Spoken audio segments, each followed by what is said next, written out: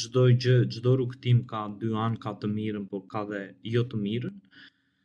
Në fakt për mua në këtë nivel ku jam nuk ka të mirë dhe jo të mirë, ka vetëm atë që është, energjinë. Sigurisht ke një ndjenjë frike, sepse do eksplorosh diçka që nuk e ke idenë se çfarë të pret. Është fiks sikur je tek pragu i nadirit që në ezoterizëm njihet pragu i errësirës që ti po futesh në një errësirë të pafundme me një pishtar në dorë dhe nuk e di se çfarë do të shfaqet aty. Dhe duhet të gjesh një vend kryesisht natyrë ose në një periferi të qytetit, nuk të duhet zhurmë, duhet të ndalesh totalisht nga rrjetet sociale ditën apo nga çdo gjë elektrike në ditën që ti do të bësh këtë ritual, këtë udhëtim shpirtëror.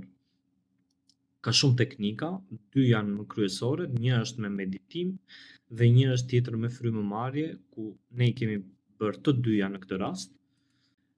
Dhe po thoja se gjatë kësaj kohe, kur ti praktikon këto të dyja teknika dhe me frymëmarrje dhe me meditim, meditimi është më i lehtë, ndërsa frymëmarrja është pak më e vështirë sepse futet më shumë oksigjen dhe të ndodh një hiperventilim në tru, ku ti merr më shumë oksigjen, dhe kjo është pak e sikletshme, por arrihet me kalimin e kohës nëse dikush bën praktikë gjëra të kësaj natyre. Janë teknika totalisht të rregullta.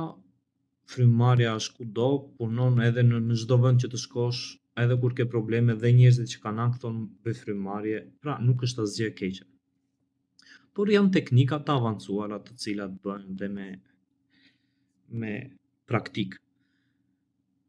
Disa gjëra të tjera janë që ti duhet të kesh lexuar paraprakisht për gjërat që ndodhin gjatë një meditimi, duke shfrytëzuar këtu libra, duke shfrytëzuar këtu revista, duke shfrytëzuar këtu kërkime në internet në pjesën e parapërgatitjes tënde mentale, sepse ti duhet të dish bazat. Çfarë po bën në këtë ritual?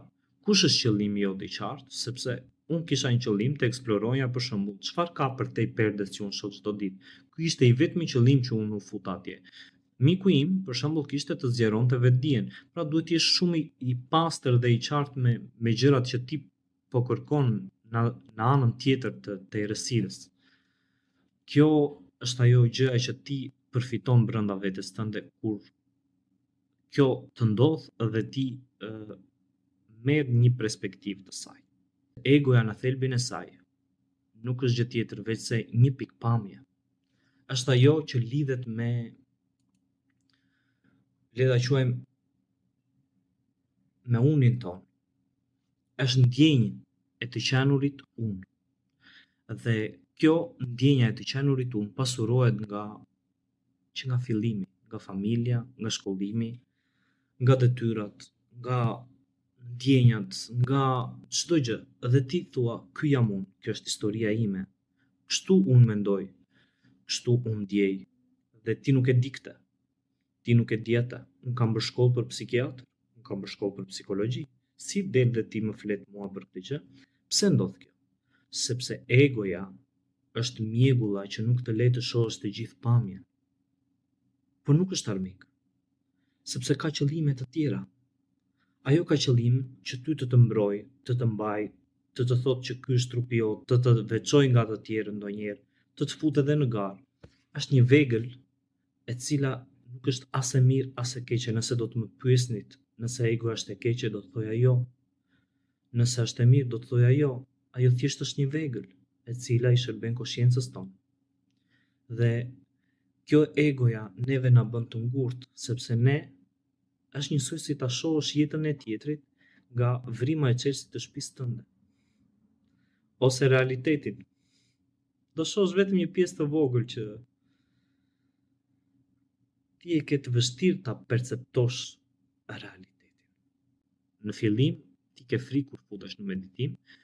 Zakonisht njerëzit ose këta mentorët e zhvillimit personal që e kanë futur meditimin e kanë bërë kështu pa çavure, si i thuhet.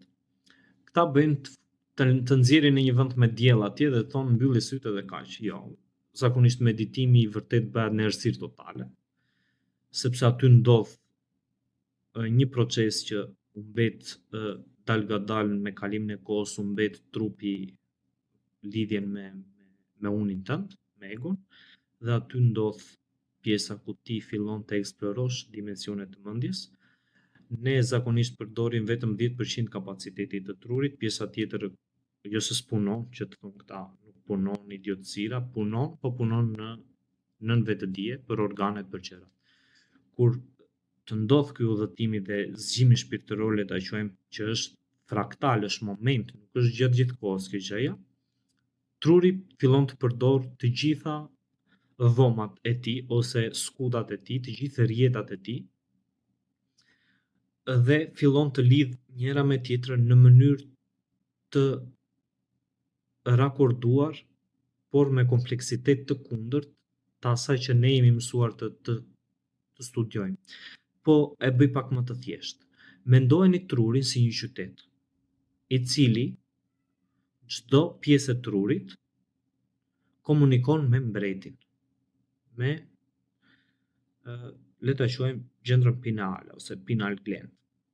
Dhe në këtë moment çdo gjë i vete këtij mbretit dhe i thuhet ta bëjmë këtë, ta bëjmë atë, ta bëjmë këtë, të provoj këtu, dhe ai thotë jo, provo këtë tjetrën, provo atë tjetrën.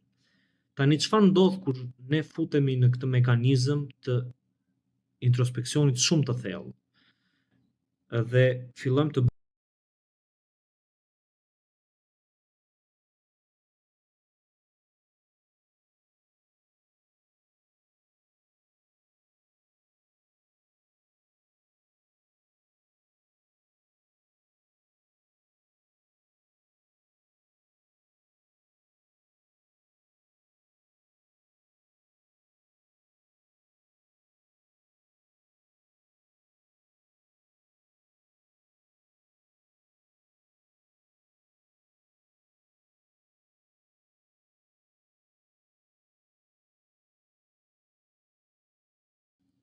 sepse të bësh ritual do të thotë të eksplorosh dimensione të cilat janë këtu, por ti nuk ke aftësinë t'i shohësh për shumë e shumë arsye. Sepse realiteti vet është i kushtëzuar, dhe një nga gjërat që unë kuptova kur dola nga udhëtimi ishte se imagjinata është kufizimi jonë. Ne i mbyllim syt, imagjinojmë dhe mendojmë se po përjetojmë një eksperiencë shpirtërore. Kjo është një gjë e bukur kur ti e mendon ose kur po të ndodh, por nuk është një eksperiencë shpirtërore. Ndonjëherë disa njerëz duhet përballen, ashtu siç thot Nietzsche, me psikikën e tyre, me nivelet e tyre më të thella në psikikën e tyre, pavajtur tek dimensionet që unë do të flas. Sepse vetëm kur përballesh me atë që Jungu e quan e ndeku psikologjik, është njësoj si të shohësh umnerën dhe umnera do të shohë ty. Ka një ndryshim këtu brenda se çfarë ndjen nga ai shikim i umnerës. Në këtë rast umnera është pafundësia. Mallkimi i Sofisë është sepse ajo kërkoi këtë gjë. Kërkoi që të kuptonte si funksiononin këto gjërat dhe u nda nga e plota. E plota është e paqet, por kur ndahemi fillon jeta, sepse jeta është ndarje nga absolutja, dhe në fund, kur ne mbyllim udhëtimin ton në këtë dimension, ne kthehemi. Është fiks si një lum që ka frikë të shkojë në det, sepse do zhduket pa e ditur që do të bëhet vetë deti.